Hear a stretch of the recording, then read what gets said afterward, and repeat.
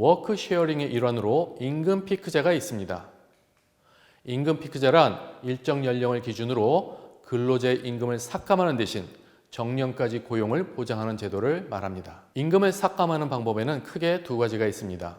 먼저 임금 피크 시점부터 정년에 이를 때까지 임금을 매년 계단식으로 삭감하는 방법이 있습니다.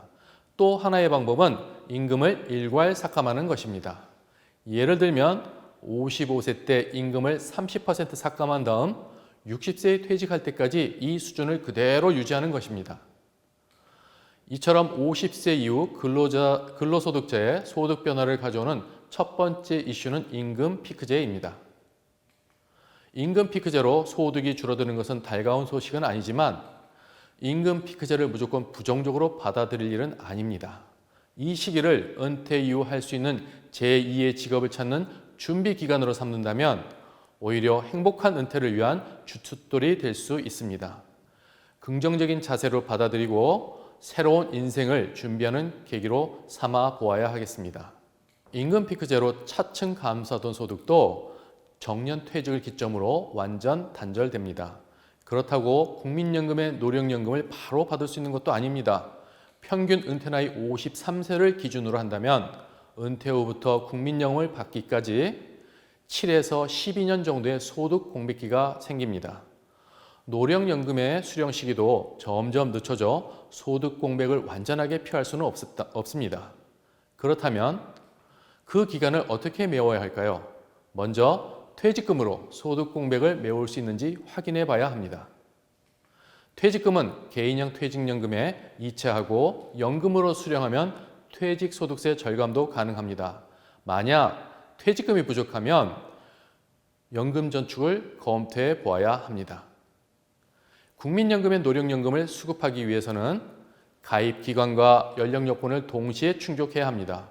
1962년생은 63세부터 노령연금을 수령할 수 있지만 1969년 이후 출생자는 65세가 돼야 노령연금을 수령할 수 있습니다. 그리고 노령연금 수급 개시 연령을 본인이 원하면 최장 5년간 당겨서 수령할 수 있습니다. 하지만 수급 시기를 1년 앞당길 때마다 연금이 6%씩 줄어듭니다. 반대로 수급 시기를 최장 5년간 뒤로 미룰 수 있는데 수급 시기를 1년 늦출 때마다 연금이 7.2%씩 증액됩니다. 임금 피크제와 정년퇴직이 소득 감소를 가져오는 이슈였다면 노령연금 수령은 소득 증가를 가져오게 됩니다. 퇴직연금과 연금저축은 55세부터 연금으로 수령할 수 있지만 요건 설정을 어떻게 하느냐에 따라 수령 기간에 큰 차이를 보입니다. 만약 가입자가 사망할 때까지 연금을 받고자 한다면 종신형을 선택하도록 해야 합니다. 그렇다고 퇴직금이나 연금저축의 적립금 규모가 많지도 않은데 종신형을 선택하면 매월 받는 연금이 얼마 되지 않을 수 있습니다. 종신형 이외에 연금을 수령하는 방법으로는 매월 인출하는 금액을 정하거나 인출 기간을 확정하는 방법이 있습니다. 문제는 가입자가 사망하기 전에 연금이 먼저 소진될 수 있는데 그렇다면 은퇴 생활 기간 중 소득이 추락하는 문제가 발생한다는 것입니다. 나이가 들면서 가장 늘어나는 비용이 의료비입니다. 생활비는 어느 정도 규모를 예측할 수 있습니다. 또 상황에 따라 늘리거나 줄였을 수도 있습니다. 하지만 의료비는 발생 시기를 예측할 수 없을 뿐더러 쉽게 줄였을 수도 없습니다. 의료비처럼 유출이 예상되면서 발생하는 잠재적인 부채를 우발부채라고 하는데요. 우발부채도 다른 부채와 마찬가지로 제때 갚지 못하면 파산에 이를 수 있습니다. 중대질병이 발생할 때 목돈을 주는 정액보험과 의료 실비를 보장해주는 실손의료보험 등으로 갑작스럽게 발생하는 우발부채에 대응할 수 있도록 준비가 필요합니다. 사회활동에서 손을 떼는 은퇴자들은 장수 리스크 외에도 노후의 재정적 안정을 뒤흔들 수 있는 인생 후반 리스크와 마주치게 됩니다. 인생 후반 리스크는 평균적인 50대 가구의 은퇴 파산 시기를 적어도 3년 이상 앞당기게 됩니다. 불현듯 찾아오는 인생 후반 리스크에 직면할 가능성은 생각보다 큽니다. 따라서 은퇴자들은 개인적인 불행을 막고 노후 은퇴 파산을 미리 방지할 수 있도록 적절한 대처 방안이 필요한 시기입니다. 은퇴자 또는 예비 은퇴자의 창업이 이어지면서 우리나라 자영업자의 절반이 50대 이상 장노년층인 것으로 나타나고 있습니다. 그러나 통계자를 보면 창업한 은퇴자 3명 중 2명 정도가 휴업 또한 폐업한 것으로 나타났습니다. 창업 실패 시 경제적 피해는 평균 7,400만 원 정도로 적지 않은 금액입니다. 창업 실패 후 생활비는 급격히 줄어들었습니다.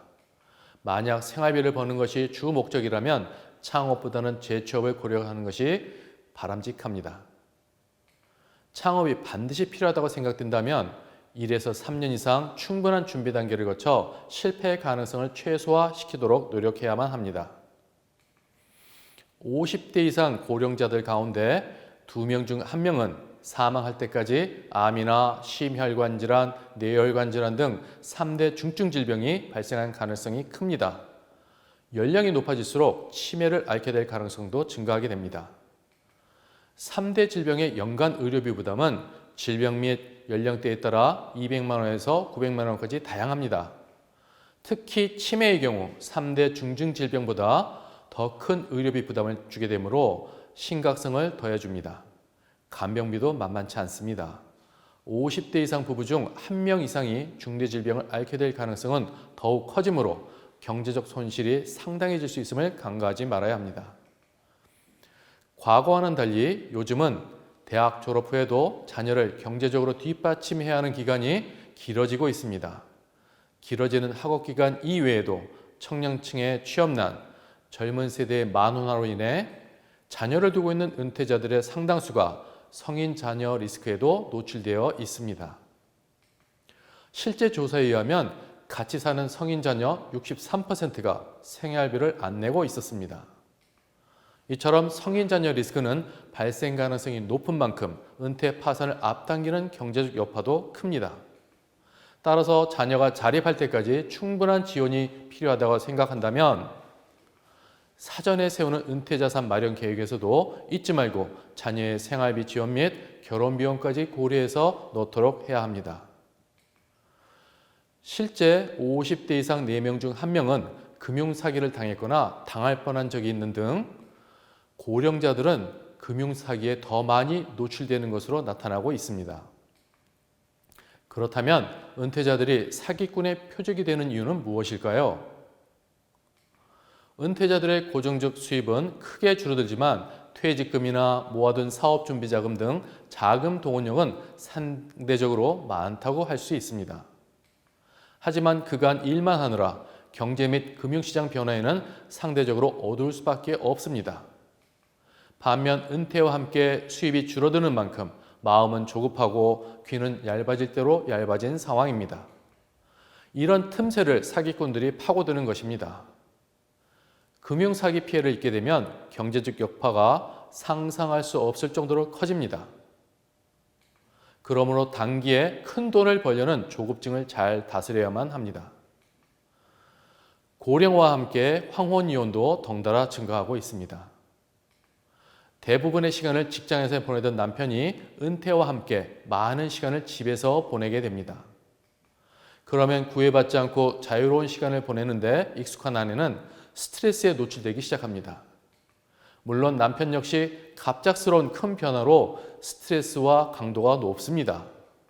그러니 서로 양보하는 마음을 갖고 황혼 이혼은 피하는 것이 가장 좋은 방법이라고 할 수 있습니다. 황혼 이혼을 하게 될 경우 법적으로 부부의 경제적 기여도에 따라 재산을 분할하게 되는데 각자의 노후 재정 상황에도 큰 타격을 줄 뿐더러 은퇴 자산 시기도 크게 앞당길 수 있습니다. 적금만으로 돈을 버는 시대는 지났습니다. 저금리, 저성장, 고령화라는 이저일고 현상이 장기화되면서 소득은 줄어들고 노후자금 운용도 만만치 않습니다. 과거와는 다른 노후 준비 전략을 세워야만 100세 시대의 무전장수의 위험에서 벗어날 수 있습니다. 경기 침체에 따른 경제 성장률 둔화와 저금리도 노후 준비 방법 변화에 영향을 미치고 있습니다. 저성장으로 소득과 함께 저축 여력이 줄어들면서 노후 준비 방법도 더 많이 저축하자가 아니라 덜 쓰자는 쪽으로 옮겨가고 있습니다. 노후 생활비를 줄이려면 매달 꼬박꼬박 들어가는 고정비용부터 줄여야 합니다. 대표적인 예로 주거 비용을 들 수 있습니다. 집 크기를 줄이면 당장 목돈이 생기고 매월 들어가는 생활비도 줄고 가사노동도 줄어드는 효과가 있을 것입니다. 금융상품의 선택도 신중해질 수밖에 없습니다. 우선 소득공제나 세액공제, 비과세 혜택을 받을 수 있는 금융상품부터 가입해야 합니다. 인적 자본의 상대적 가치는 높아지게 됩니다. 요즘 같은 시대엔 자신의 능력을 키워 현금 흐름을 얼마나 오랫동안 창출할 수 있느냐가 노후 준비 과정에서 핵심 과제가 됩니다. 한국에서 가장 크게 나타나는 변화는 은퇴자의 증가와 사회 전반적인 고령화의 심화일 것입니다.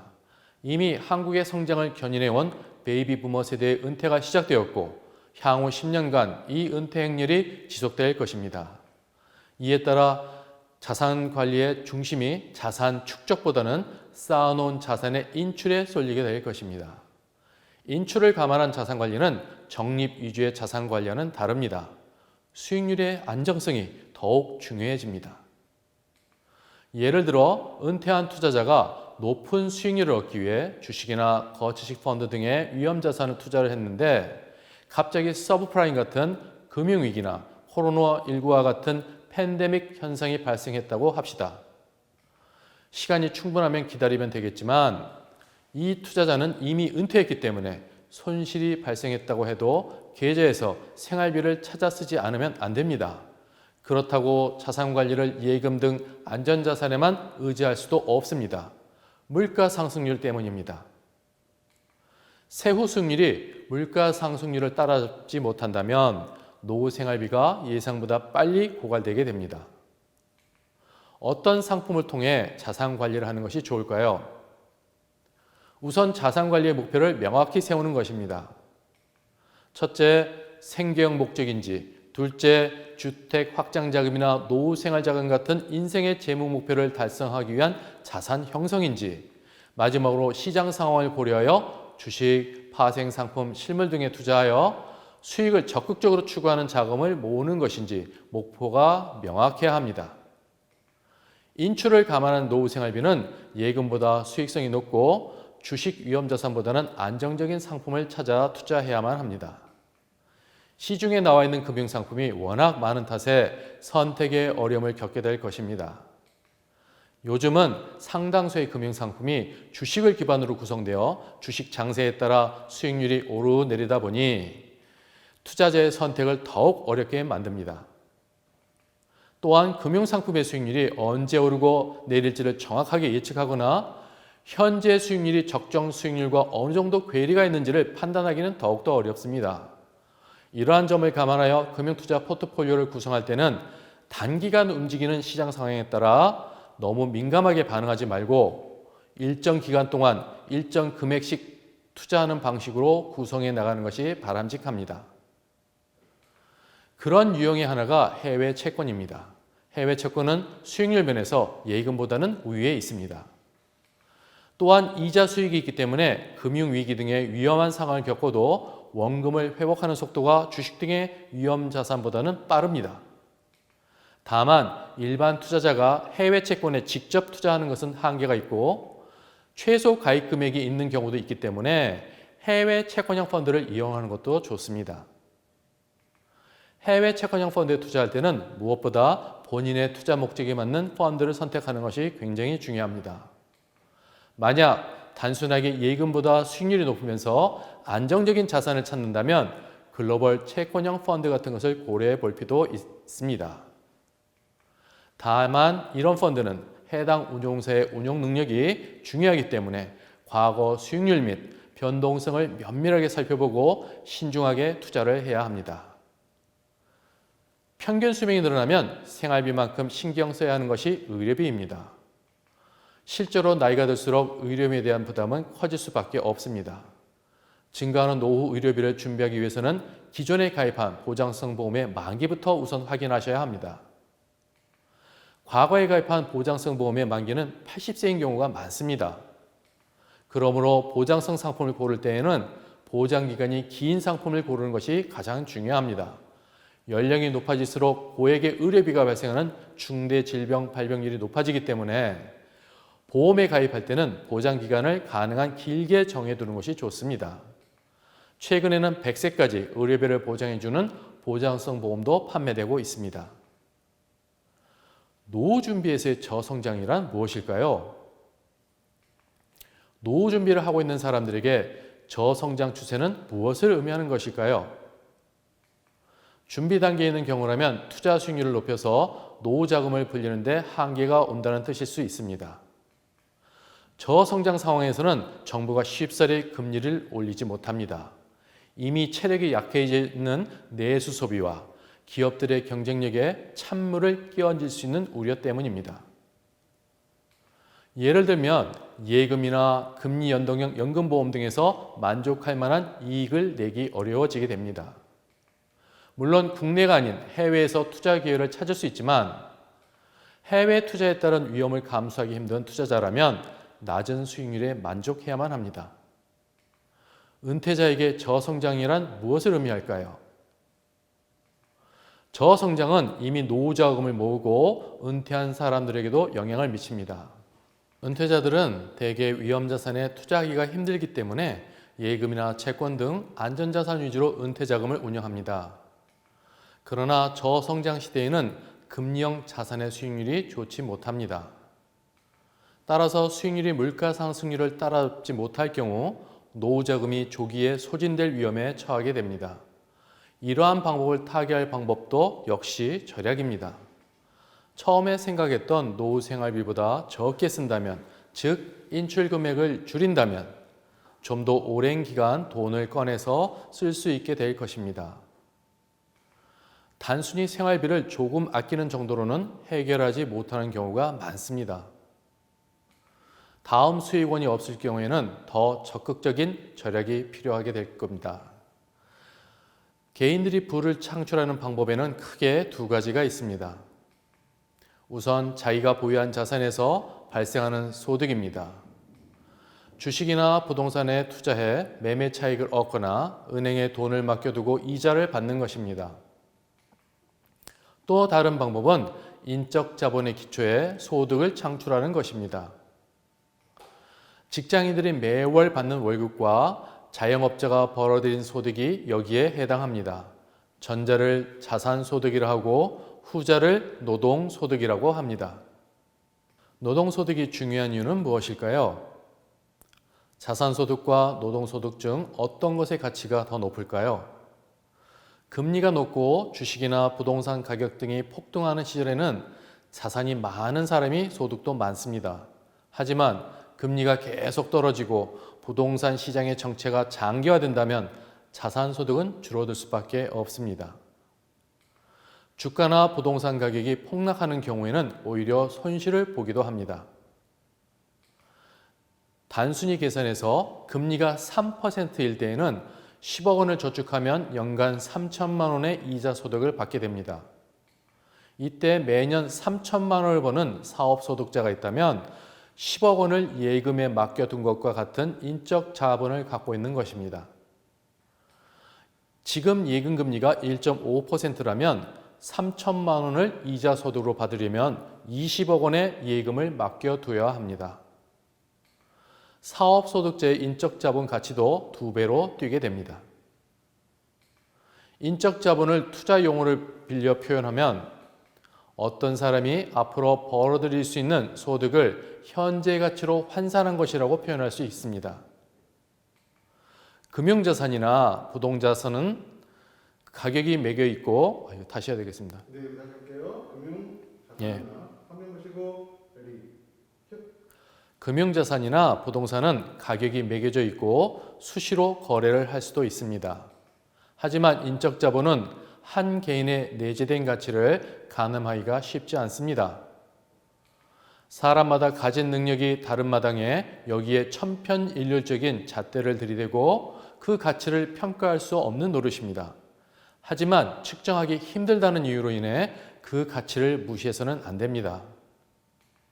특히 저성장, 저금리, 고령화라는 이저일고 시대에는 자산 가치보다 인적 자본의 가치가 훨씬 높아질 것입니다. 장성한 자식이 부모와 따로 사는 것 자체가 잘못된 일은 아닙니다. 문제는 현재 부모 세대의 상당수가 노후 생활비를 해결하지 못한다는 점입니다. 해결책은 무엇일까요? 일단 부모 스스로 재정적인 독립을 이루는 것이 중요합니다. 독립은 현재가 아니라 은퇴 후의 독립을 의미하는 것입니다. 연금저축이나 변액보험 등 개인연금을 활용해 노후소득을 보충해 두는 것이 필요합니다. 그래도 부족하다면 주택연금을 활용해 살고 있는 집을 연금화해야 합니다. 다만 연금에 따라 수령 시기가 다르므로 미리 전략을 잘 세워두셔야 합니다. 한편 부모가 재정적으로 독립해도 자식과의 정서적 교류는 늘 필요한 것입니다. 최근에는 자녀와 가까운 거리에 살면서 필요할 때 쉽게 만날 수 있는 근거리 가족이 각광을 받고 있습니다. 근거리 가족은 각자의 독립적인 생활을 유지하면서도 심리적, 경제적 유대를 나누고 싶은 필요에 의해 나타난 새로운 가족 공동체입니다. 가까이 살기 때문에 서로에 대한 그리움을 덜 수 있고 갑작스러운 사고가 생기더라도 신속한 도움을 기대할 수 있어 두 가구 모두 심리적으로 안정을 취할 수 있습니다.